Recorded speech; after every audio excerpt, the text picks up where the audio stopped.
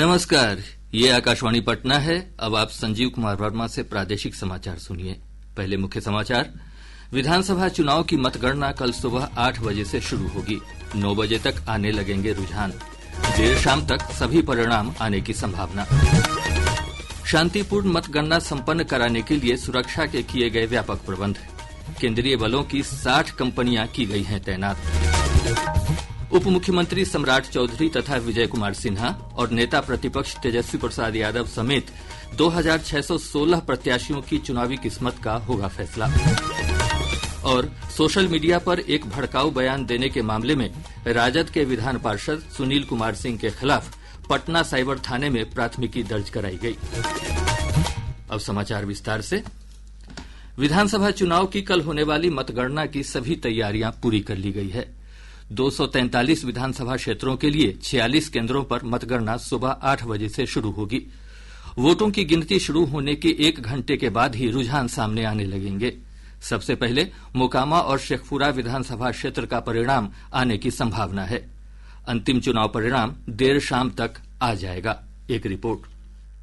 सबसे पहले postal ballot की गिनती शुरू होगी। वहीं सुबह 8:30 से ईवीएम के वोटों की गिनती शुरू होगी। चुनाव आयोग के नए प्रावधान के अनुसार अंतिम 2 चरणों की गिनती से पहले पोस्टल बैलेट की गिनती की प्रक्रिया पूरी कर ली जाएगी। हर मतगणना हॉल में 14 टेबल पर ईवीएम के वोटों की गिनती की जाएगी। प्रत्येक टेबल पर 1 मतगणना सुपरवाइजर, 1 मतगणना सहायक और 1 माइक्रो प्रेक्षक होंगे। सभी उम्मीदवार टेबल की संख्या के आधार पर काउंटिंग एजेंट की नियुक्ति कर सकते हैं। हर एक विधानसभा क्षेत्र के लिए 1-1 मतगणना प्रेक्षक और 1-1 रिटर्निंग ऑफिसर की प्रतिनियुक्ति की गई है। आकाशवाणी समाचार के लिए पटना से अभिषेक दास।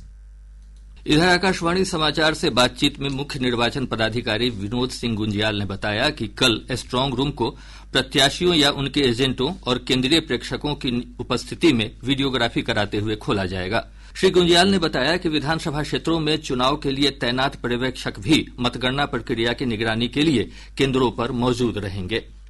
टोटल हमारे 46 काउंटिंग सेंटर्स हैं, जहां बिहार के सभी 243 विधानसभा क्षेत्रों के लिए इसकी मतों की गणना की जाएगी। इसमें सभी जगह प्रॉपर सिक्योरिटी का अरेंजमेंट है। सभी पैरामिलिट्री फोर्सेस हैं, लोकल पुलिस है, प्लस 3 टियर स्ट्रांग रूम का ये सिस्टम है। सभी काउंटिंग सेंटर्स में टेबल्स जो लगे हैं, काउंटिंग टेबल्स, उसमें जितने भी काउंटिंग सुपरवाइजर्स हैं, काउंटिंग असिस्टेंट है, सबकी नियुक्ति वगैरह कर ली गई है। हर काउंटिंग टेबल पे सभी कैंडिडेट्स को एजेंट्स देने की सुविधा है। काउंटिंग सेंटर्स सीसीटीवी वीडियोग्राफी से फुली कवर्ड हैं और हर टेबल पे सेपरेटली एक माइक्रो ऑब्जर्वर रहता है जो ऑब्जर्वर्स को सीधे रिपोर्ट करता है। तो इस तरह की व्यवस्था है। सभी जगह वीवीपैट काउंटिंग बूथ्स हैं। राउंड वाइज एंट्री करने के लिए इनकोर सॉफ्टवेयर है, ई काउंटिंग सॉफ्टवेयर है, उसमें लगातार एंट्री होगी ताकि पब्लिक को भी डिस्प्ले होता रहे, तो सभी को जानकारी मिलती रहे।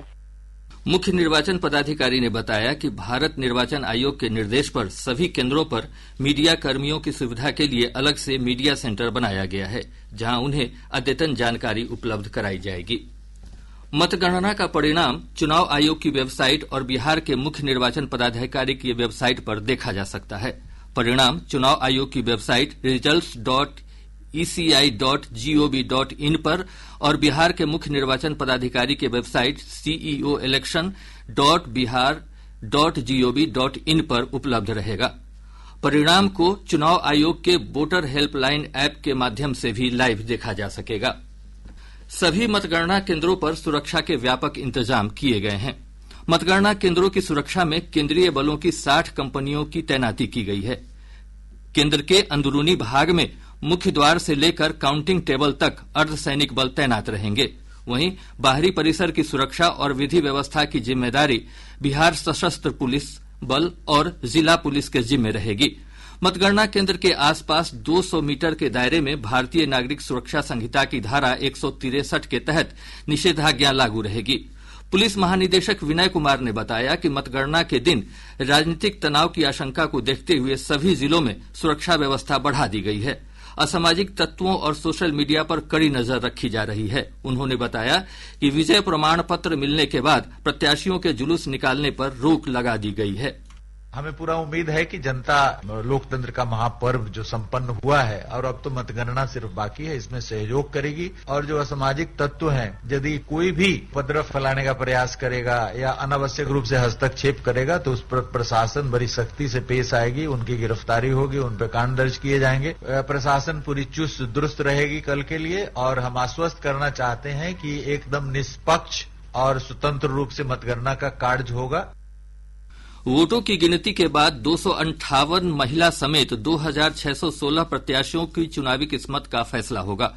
उप मुख्यमंत्री सम्राट चौधरी तथा विजय कुमार सिन्हा और विधानसभा में नेता प्रतिपक्ष तेजस्वी प्रसाद यादव समेत कई दिग्गज चुनावी मुकाबले में हैं। एक रिपोर्ट। चुनाव में नीतीश मंत्रिमंडल के 29 मंत्रियों की राजनीतिक प्रतिष्ठा दांव पर है। इनमें से भाजपा कोटे के 17 और जदयू कोटे के 12 मंत्री शामिल हैं। वहीं कई राजनीतिक दलों के प्रमुख के भी भाग्य का फैसला होना है। जदयू के प्रदेश अध्यक्ष उमेश सिंह कुशवाहा, कांग्रेस के राजेश कुमार, लोक जनशक्ति पार्टी रामविलास के राजू तिवारी, हिन्दुस्तानी अवाम मोर्चा के अनिल कुमार, राष्ट्रीय लोक मोर्चा के मदन चौधरी और AIMIM के प्रदेश अध्यक्ष अख्तरुल इमान के राजनीतिक भाग्य का फैसला कल हो जाएगा। इसके अलावा जनशक्ति जनता दल के अध्यक्ष Tej Pratap Yadav, Indian inclusive party के अध्यक्ष IP गुप्ता और द प्लूरल्स पार्टी की अध्यक्ष पुष्पम प्रिया चौधरी की भी राजनीतिक किस्मत दांव पर लगी है। दीपेंद्र कुमार, आकाशवाणी समाचार, पटना।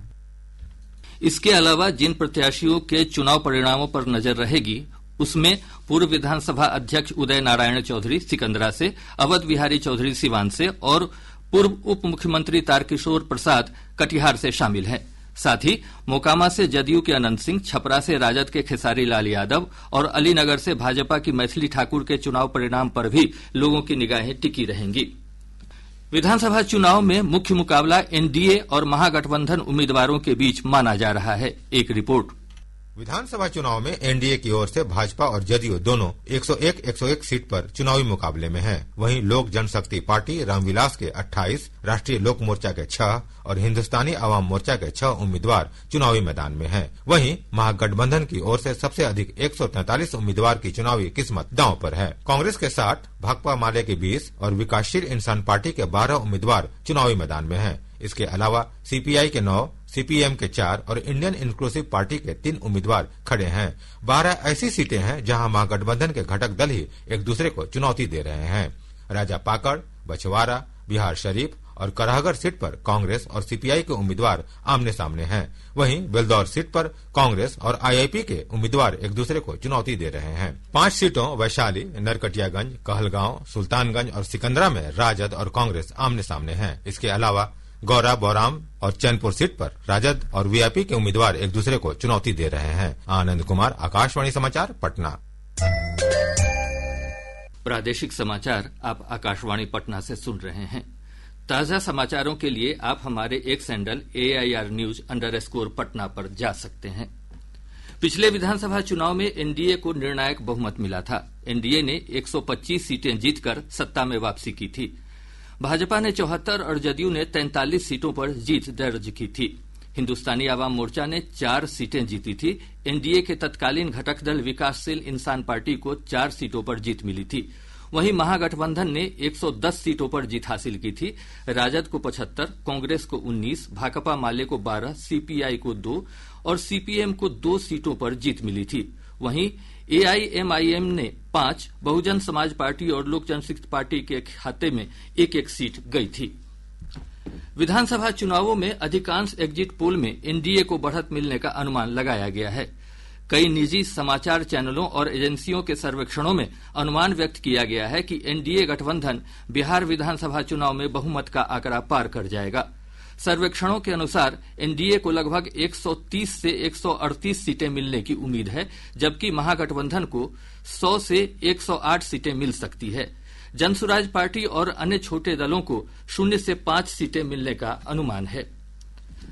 राजद के विधान पार्षद सुनील कुमार सिंह के खिलाफ पटना के साइबर थाने में प्राथमिकी दर्ज कराई गई है।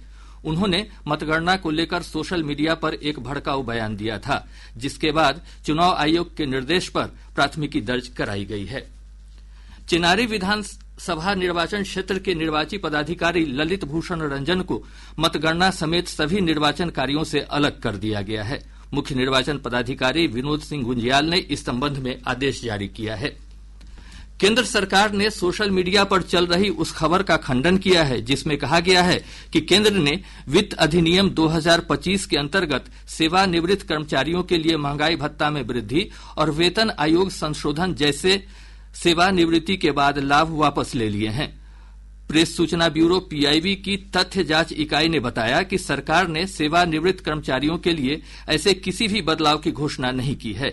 इसने लोगों से ऐसी खबरों पर ध्यान न देने और किसी भी जानकारी पर विश्वास करने तथा उसे साझा करने से पहले उसकी पुष्टि करने का आग्रह किया। प्रदेश में सुबह और शाम के समय ठंड का एहसास बढ़ गया है। कई स्थानों पर सुबह के समय हल्का कोहरा भी छाया रहा। मौसम विभाग से प्राप्त जानकारी के अनुसार अधिकांश स्थानों का न्यूनतम तापमान 15 डिग्री सेल्सियस से नीचे दर्ज किया गया, जबकि औसत अधिकतम तापमान 30 डिग्री सेल्सियस के आसपास बना रहा। मौसम पूर्वानुमान में कहा गया है कि अगले 2 से 3 दिनों के दौरान अधिकतम और न्यूनतम तापमान में किसी विशेष परिवर्तन की संभावना नहीं है। बक्सर का प्रसिद्ध पंचकोसी परिक्रमा मेला आज संपन्न हो गया। चरित्र वन के विश्वामित्र आश्रम में लिट्टी चोखा का प्रसाद खाकर श्रद्धालुओं ने विधिवत इस मेले का समापन किया। इस अवसर पर किला मैदान से लेकर चरित्र वन तक धुएं से पूरा क्षेत्र आच्छादित हो गया।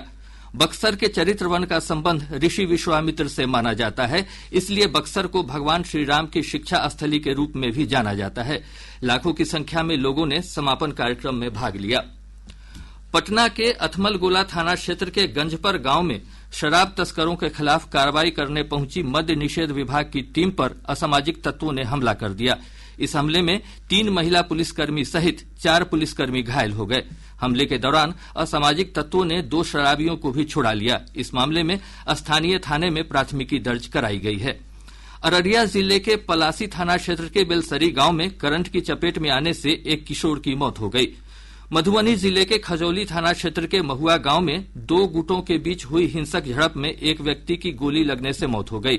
इस मामले में पुलिस ने एक आरोपी को गिरफ्तार किया है, जबकि 2 आरोपियों की गिरफ्तारी के लिए छापेमारी की जा रही है। और अब अंत में मुख्य समाचार एक बार फिर। विधानसभा चुनाव की मतगणना कल सुबह 8 बजे से शुरू होगी। 9 बजे तक आने लगेंगे रुझान। देर शाम तक सभी परिणाम आने की संभावना।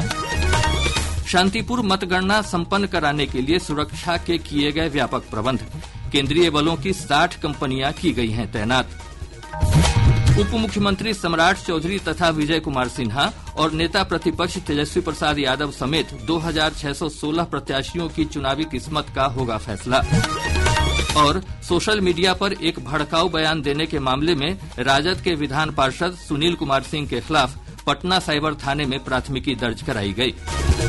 इसके साथ ही आकाशवाणी पटना से प्रसारित प्रादेशिक समाचार का यह अंक समाप्त हुआ।